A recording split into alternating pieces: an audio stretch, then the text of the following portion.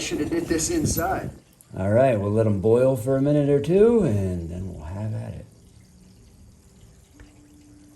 Good morning, guys. How are you? It's Kevin, tucked away here in the little nook on my back porch, out of the wind and the rain, because despite it being early December, it is still unusually warm. I think it's going to reach 60 degrees, but next week it's going to drop 30 degrees. So I want to take advantage of what is probably going to be the last warm day of the year. And I have some much needed knife and axe sharpening to do, so I thought, why not bring you guys along for the ride and talk about whatever comes up. Stay tuned, hope you enjoy. Oh, so a subscriber asked me how often I sharpen my knives, or how often he needs to sharpen his knives. And that's a difficult question to answer because it really depends on how you use your knives, how often you use your knife, what kind of knife it is, but suffice it to say, probably more than you're doing now and probably more than you think. So I rotate about 5 or 6 pocket knives at work so that I don't have to sharpen all the time because, the rain's really picking up. But if I only used one knife, I would have to sharpen it once a week. But because I have 5 or 6, I sharpen about once every 2 months. But the takeaway here is more often than you probably are sharpening.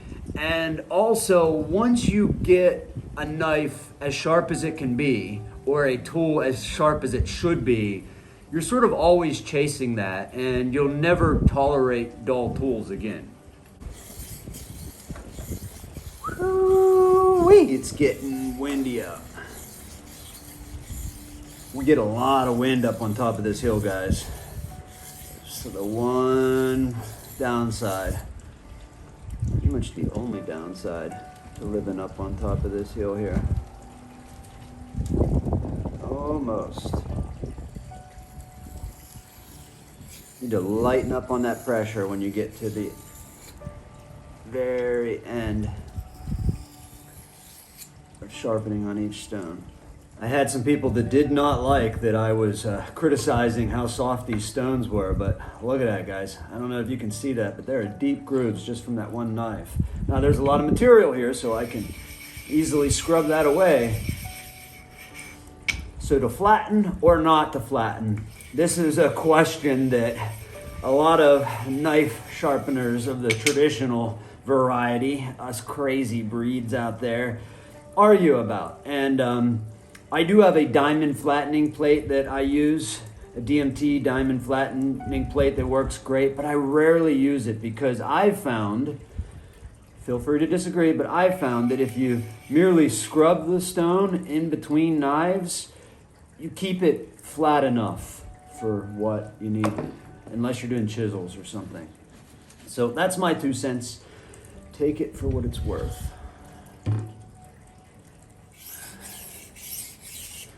So I have some really substantial nicks, some damage on the blade here. The question is, do you attempt to remove as much steel as would be necessary here to get those all the way out, or just leave it for subsequent sharpenings? Unless it's like your pride and joy knife, I just leave them. I don't notice that it affects the cutting at all. In fact, sometimes having a few nicks acts as a kind of serrated blade. So, and then I usually finish it off with a few stropping strokes.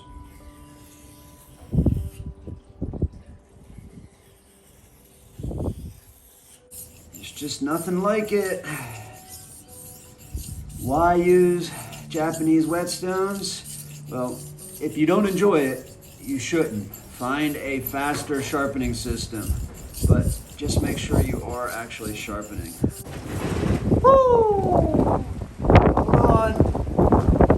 Wicked Witch is coming for us.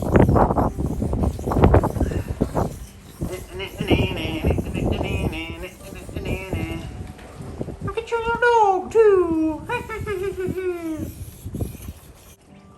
I've sharpened this knife so many times it's like convex back into the grind.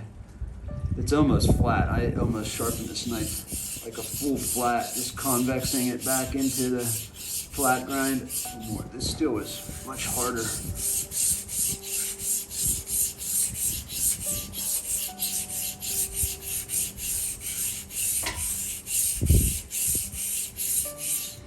She cut herself the other day with a little Japanese kitchen knife I sharpened last time. I don't know how, I wasn't there. She just came running in the garage and asked me to take a look at it. She doesn't like blood.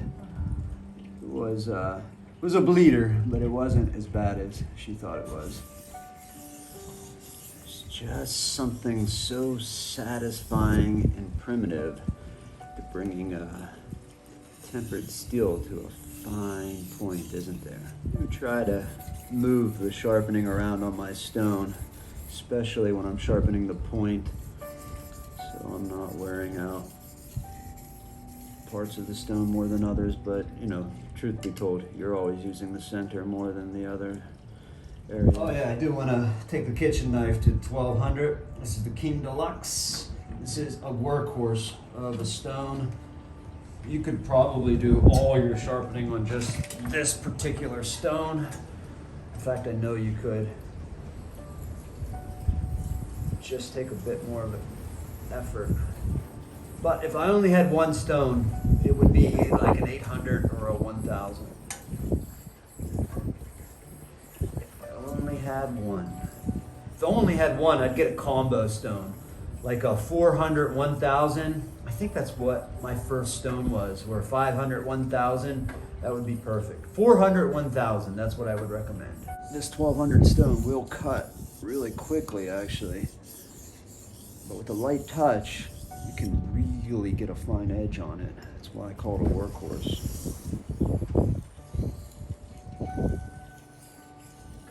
So if you've gone through all the steps, you stropped your knife a million times, and then you find that your knife seems dull, maybe stop stropping and start honing. So this is a natural stone. It's like 12,000 grit or something like that. Really cheap on Amazon, actually. If I find a link, I'll put it in the description. But most strops I find are actually made out of too heavy an ounce of leather, and that makes it too spongy. And essentially, you're rolling the very microscopic edge over and creating a really convex, blunt edge. So all through the sharpening process on the stones, your knife feels scary sharp. And then you get it off the strop, and it's not popping hairs, it's not cutting like you want it to. And then maybe you go back through the whole process again.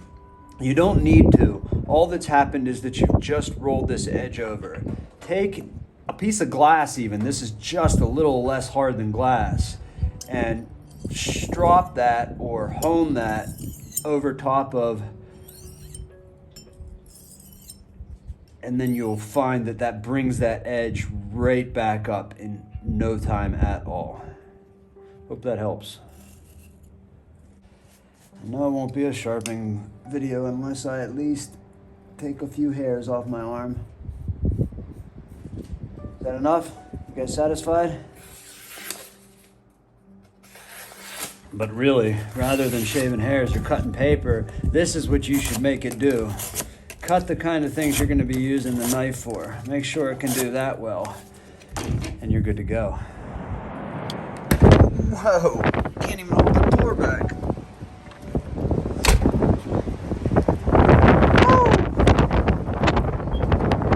My God.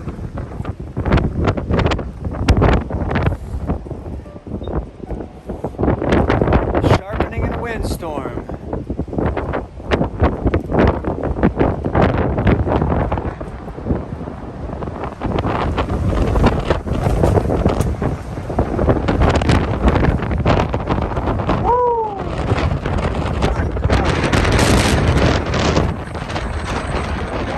Oops. Yep, we just lost our power. Thankfully, the backup generator is going strong. You guys see? There's one cap shingle hanging on the roof there that I have to take care of. Other than that, the house seems to be relatively intact, thankfully.